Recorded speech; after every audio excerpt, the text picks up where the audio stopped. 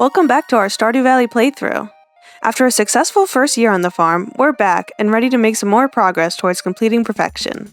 In this video, we've set some major goals like completing the community center, fixing the boat and making it to Ginger Island, and collecting enough golden walnuts to unlock Mr. Key's walnut room.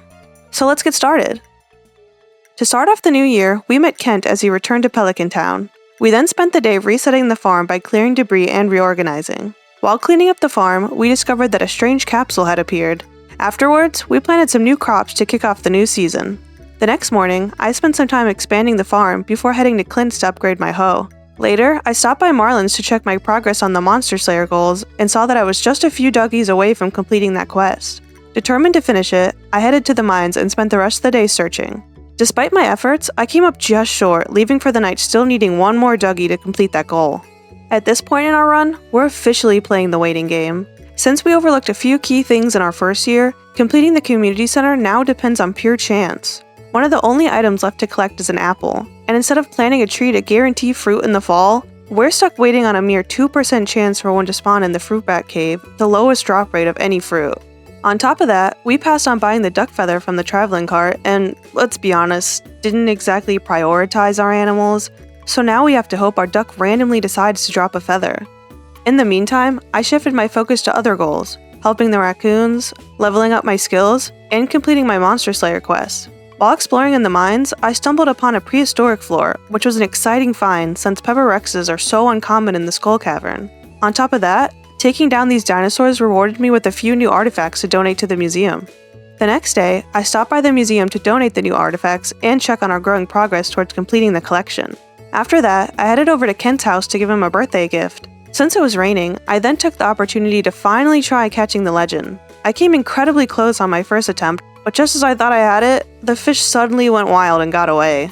I kept trying a few more times with no luck before heading home for the night. The next morning, I checked the traveling cart and bought some rare seeds for Randy and I, which we would need in order to obtain another star drop. Luckily, it was raining today as well, so I headed back up to the mountains to take another stab at reeling in the legend. Unlike yesterday, today went a lot smoother, and after a long battle, I finally caught the last legendary fish. Please, please, please, yes!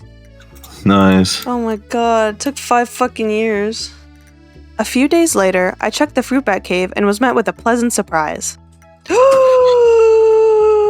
What? I got an apple! Wait, actually? Yes. Wasting no time, I headed straight to the community center to complete the bundle. While in town, I also stopped to give Mayor Lewis a birthday gift. I also spent some time in the Skull Cavern and finally maxed out my mining skill, reaching level 10 and choosing the gemologist path. After that, I made sure to head to the regular mines to take down the last duggie I needed to complete that part of the Monster Slayer quest. We then made sure to gift Vincent on his birthday, ensuring we could gain more hearts with him quicker. Randy also finally managed to collect and donate a duck feather to the last bundle, officially completing the huge goal of finishing the community center. I then received a letter in the mail notifying me that I had completed the networking achievement for reaching a 5-heart friendship level with 10 different people. And of course, I had to make an appearance at the Egg Festival for a rematch of the Egg Hunt.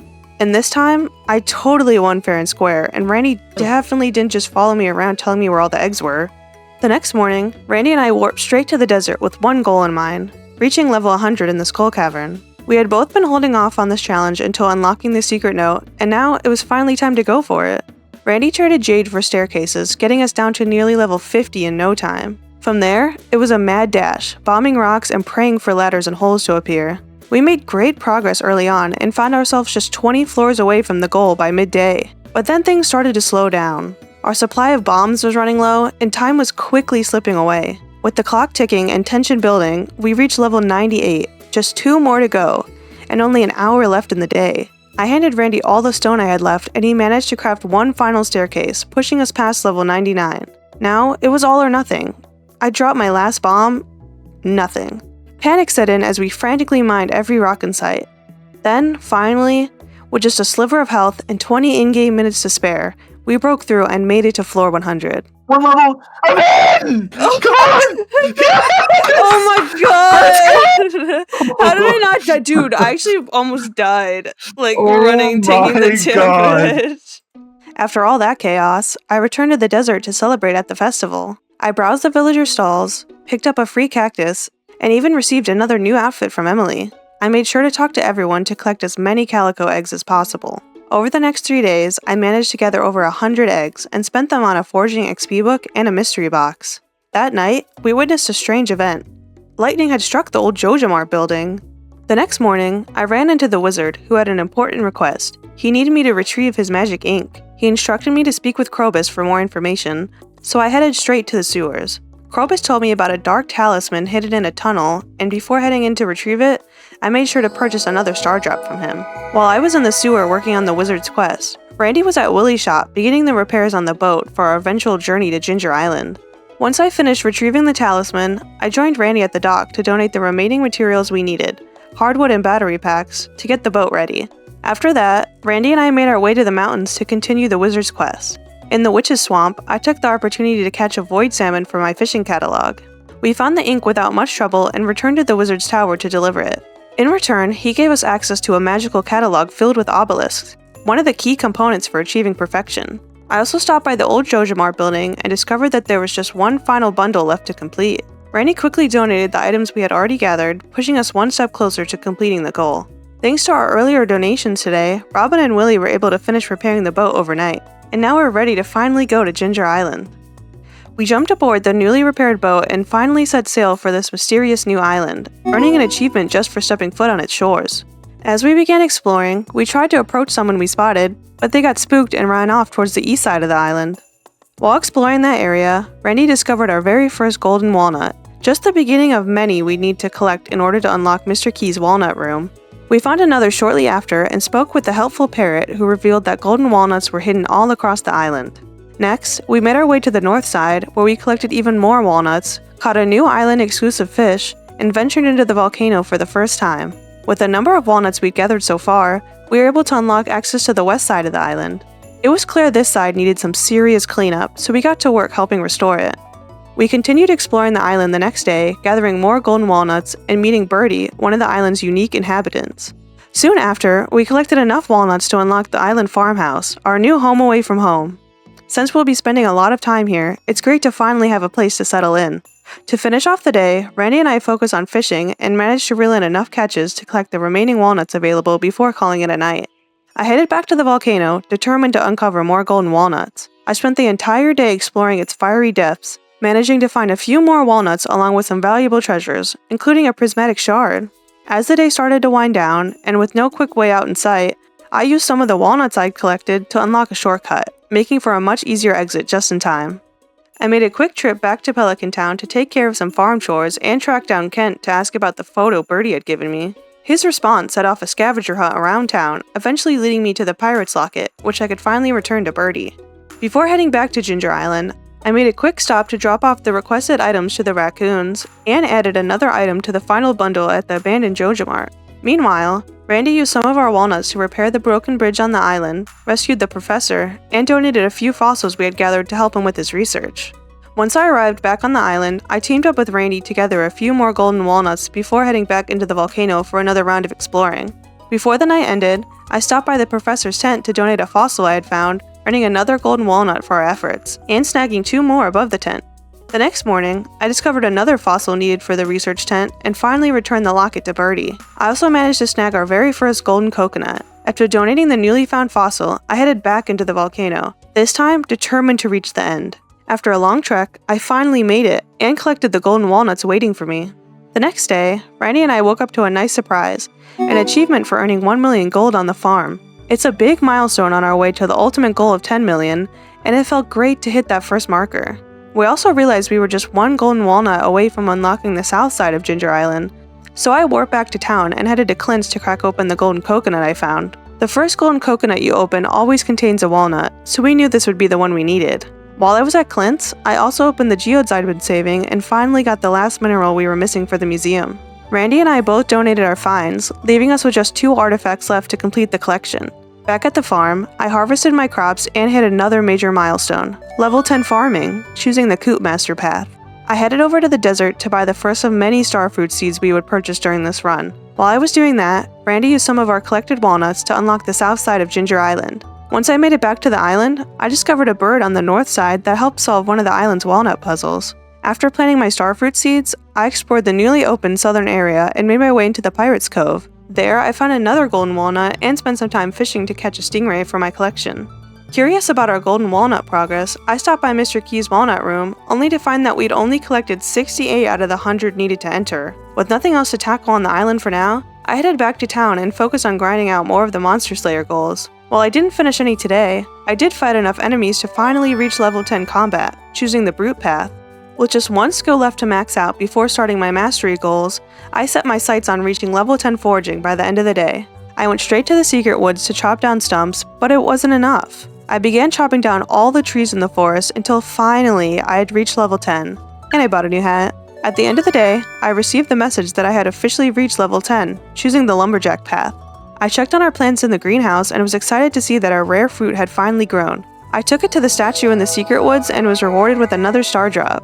I also brought a battery pack to repair the old breaker in the tunnel, only to discover it was the start of another quest for Mr. Key. The first task was to find a rainbow shell, so I made my way to the beach to search for one, but came up empty-handed. Instead, I headed to Ginger Island. While there, I noticed our wheat had finished growing, one of the crops needed to show the island frog in exchange for more golden walnuts. Since the frog requires crops to be shown in a specific order, and the others weren't ready yet, I couldn't do much at the moment. Still, I didn't leave the cave empty-handed as I found another new hat to wear around. I also used some of our walnuts to build a mailbox on our island, and unlocked the chance to build an obelisk to warp back to the mainland. Before the day was over, I stopped by the research tent to donate another snake vertebrae I'd found, completing the fossil and earning us 3 more golden walnuts.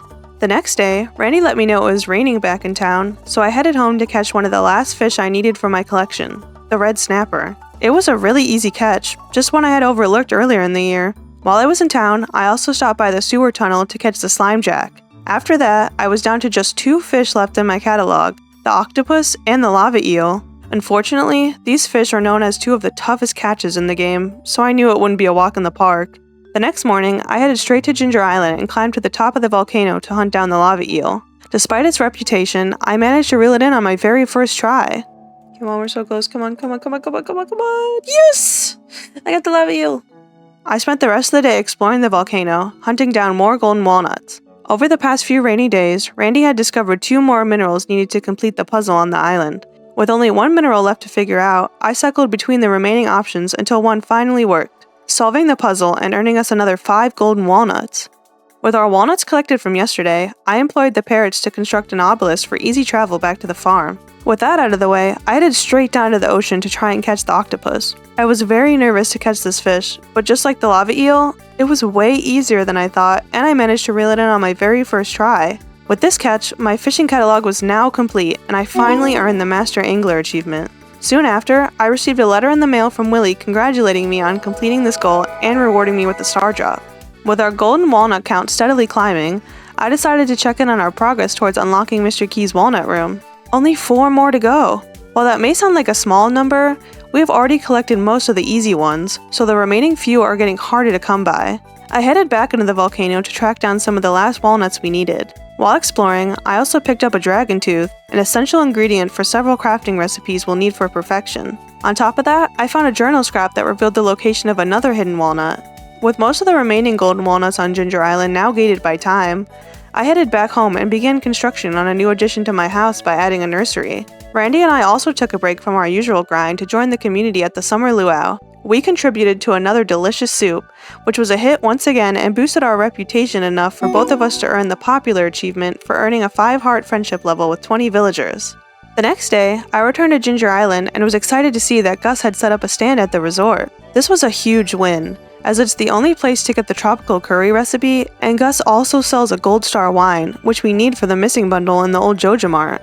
Meanwhile, all of our required crops had finally finished growing, so Randy rushed over to the frog and earned us enough walnuts to finally unlock Mr. Key's walnut room. Inside, we were greeted by Mr. Key himself. I immediately checked the perfection tracker and saw that we were at 33%, a solid start that would only grow as we checked off more goals. I wrapped up the day by continuing Mr. Key's other quest, finishing the missing bundle at Joja Mart, watching it transform into a brand new movie theater, and earning the Living Large achievement for fully upgrading our house. That morning, after harvesting my melons, I reached a new level of understanding, unlocking a fresh set of different tools to aid me on my journey. I chose to start with the combat perks, curious about the advantages the various trinkets could offer. And that's it! I'm so proud of all the progress we've made so far and so excited about all that's yet to come. We accomplished so many huge milestones during this video, and I can feel perfection just within our grasp. But if you enjoyed this episode, don't forget to like, comment, and subscribe so you don't miss our final push towards perfection. We'll see you in the next one. Bye!